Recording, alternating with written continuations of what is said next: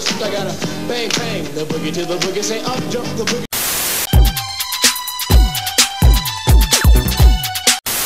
I ain't no joke. I used to let the mic smoke. Now I slam it when I'm done and make. My radio, believe me, I like it loud. I'm the man with the box. Once upon a time, not long ago, when people wore pajamas and lived life slow. The B-I-G-D-A-double-D-Y-K-A-N-E. Dramatic, Asiatic.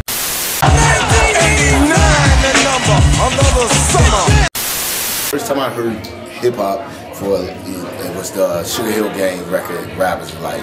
And I actually heard it on the radio, loved it, didn't know what, you know, we had a name for it. And I think, you know, when people used to say that, the hippity hop record, because, you know, that was one of the lines, hip hop. So I loved it from there, and even tried to write my first rhyme after I heard that.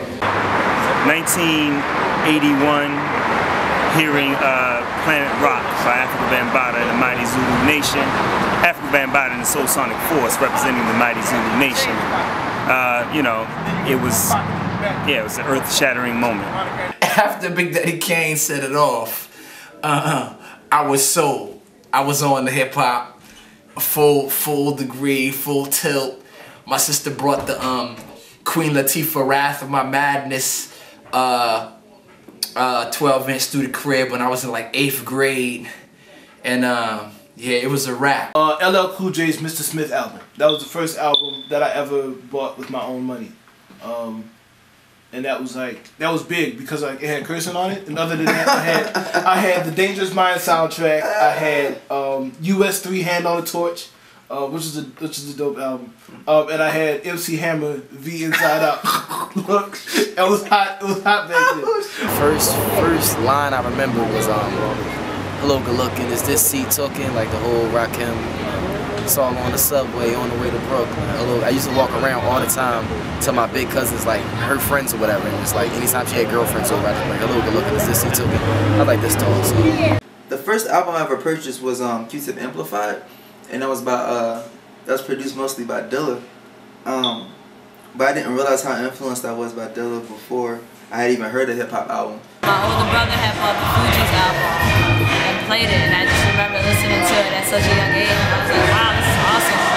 And from there, I don't know, I mean, I was young. I was like about 5 or 6. So anything my older brothers had, my older sister had, I just listened to it as much as possible. The Roots' Next Movement was the first hip-hop song I think I learned to play completely, which is weird. Maybe I was a little late to the game, but it was close to what I was playing at the time, which was classical music, and they had the arpeggiations, you know, the minor, the major techniques, and so it was really close to what I was playing classically at the time, and it was smooth, and it was cool it was close to like the soul music that I grew up and my father played when I was younger, so it was just like a lot of awesomeness packed into a song for me. First time I heard my father's mixtape, he was a DJ. His name was DJ Razor, and he was like pretty ill in the 80s. So I think that was the first time I had like a real exposure to it and decided, like, word. I saw Beat Street in like the late 90s, and it really inspired me to hit the floor. And then I just started digging videos, and I really just started to get into the b-boy scene.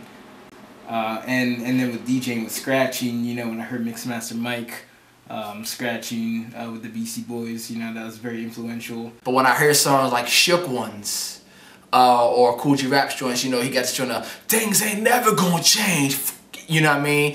And the attitude and the mood of them still make them perfect songs to me. You know, I still understand where they're coming from. I feel their mood, I feel their pain, you know, it make me put a little bit more growl, you know, in my approach to life.